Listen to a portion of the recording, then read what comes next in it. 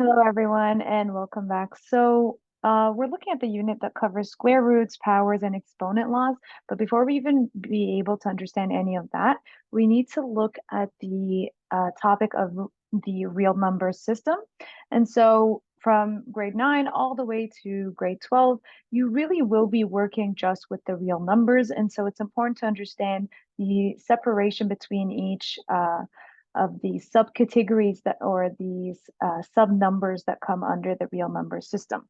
So when I look at all of these numbers over here, I've kind of included it in a big box. If I were to box all these numbers together, right? I box them all together. What they are together is the real numbers. Okay, so the real numbers are basically any numbers that fall under the numbers in here. And so they're basically any numbers that you know, right? And so with real numbers, we can look at rational numbers, for instance, right? So we're going to work our way inward. So we're going to go big, then small, okay? So we have our rational numbers and our irrational numbers. Okay. Now, rational numbers are numbers that can be written as a fraction. What does that mean? It means that I can go, oh, -3, for instance. That's something that could be written as -3/1, right? It's always sitting over an imaginary number. So this is under rational numbers. And then we could also say like 0.5, right? Because 0.5 again could be over 1, or 2/3. That's already a fraction. Or -5/6, for instance. Okay.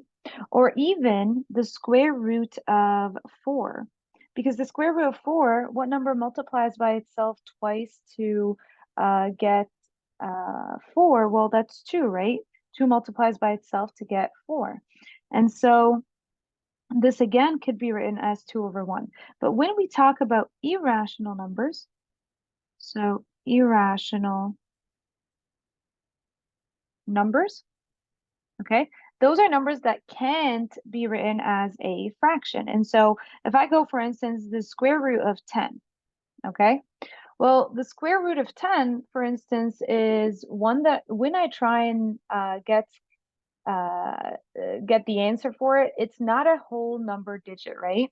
And so over here, it's not going to be a terminating decimal. So over here, I want to write this as something else. I want to say as well as, so let's say, and as a terminating decimal. Remember, terminating decimals are decimals that just don't continue. So like, for instance, if I go 2.3333 and it continues forever, one that I can write like this, one that does not terminate. This over here is called a non-terminating decimal, or yeah, we can just call it a non-terminating decimal. Okay, so over here, or a repeating decimal. So one that does not terminate, this is, if I have something like that, that's an irrational number. Okay, and so over here, we're going to say that for irrational numbers, those are non-terminating decimals. But if I just say terminating, but if I just say, for instance, 2.3, well, that's already terminated, right? Like it stops. It doesn't continue on forever. And so something like that, that's a rational number. Okay. So if you look at it, sorry about that. If you look at it as something that could be written as a decimal, as a fraction, or something, or a decimal that is terminating, those are all rational numbers.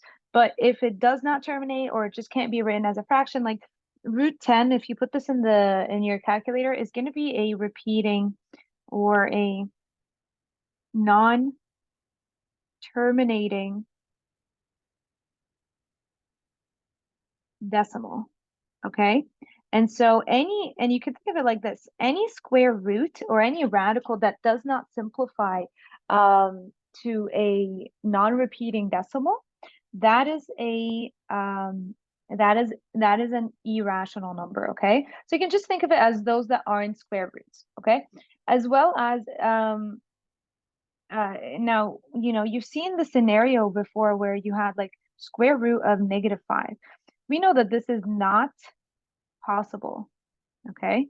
And where is it not possible? It's not possible in the real numbers. But it's not that this is an irrational number, right? Square root of 5 is irrational because this doesn't have a whole number answer or a non-repeating decimal, non-terminating, a terminating decimal. And so this one over here is irrational. But if I have negative underneath the square root, this makes a non-real number. Okay, so this over here is not real, and so it doesn't fall under any of the categories you see on the screen. Okay, all right. So that's rational numbers versus irrational numbers. Now, once we're talking about rational numbers, you saw there's a lot that falls under rational numbers, right? Now, let's talk about those subcategories that fall under rational numbers. You have integers, you have whole numbers, and you have natural numbers. And you can see that they are subcategories of one another as well. So the bigger one is integers. Integers contain all the whole numbers that like the full numbers like 5, 6, 1, right? They're not decimals or fractions. And so when we talk about integers, they are whole digits, right? Like 5, 10, 20. These are integers, but they also include the negatives as well as 0. So if you look at it over here, you include all the negative counting numbers. So like -5, -6, -7, as well as 0, as well as all the positive counting numbers, okay? So integers encompass basically all the number line of whole digits, okay? And then when we talk about whole numbers, I've just used this term to explain integers. By saying something is whole, that means it's not split into anything. And so it's not like 2.5 or anything like that. It's like literally 2, 3, 4, okay? So those are our whole numbers, but whole numbers, since they're a subcategory of integers, that means they're going to include less than what integers contains, right?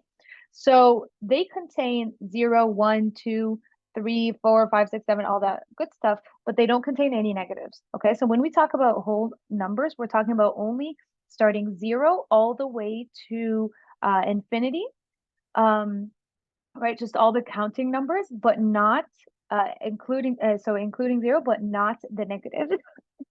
I'm sorry, I'm like choking. And then you have 1, 2, 3, all the way to infinity as well. Those are the natural numbers. So what you notice with natural numbers is that they're literally what the whole numbers are, excluding 0. So the only difference over here between whole numbers and natural numbers is the 0. You can see that it's not included in natural numbers. Okay. And we can see that there are some stuff that aren't included in integers, whole numbers, or natural numbers, like 0.5, for instance. That's considered a rational number, but doesn't fall under either of its subcategories, integers, whole numbers. And so this 0.5 is simply just considered a rational number, okay? Another thing is like 2/3, which could also be written as a decimal. 2/3 is also considered a rational number because we've already differentiated between rational versus irrational. But 2/3 is not a whole digit. It's not like 4 or 3, or it's not like a whole digit. And so we don't call that integers. And so if it's not integers, then it's not anything that falls under integers as well, like whole numbers or natural numbers. And so this would just be considered a rational number, okay? Another way of saying natural numbers, I've realized that I wanted to include this as well, is some people call it the counting numbers, because when you start counting something, right? Counting numbers, you go, oh, okay, I have numbers. I have 1 cookie, 2 cookies, 3 cookies, right? No one really starts counting from 0. They don't go like, I have 0 cookies, 1 cookie, 2 right? Like, because you start counting what you do have. So sometimes, so that's why sometimes people call natural numbers counting numbers. Okay, so that's pretty much it for the real number system. Join me in the examples where we're going to take up a few questions on this. I'll see you there. Bye.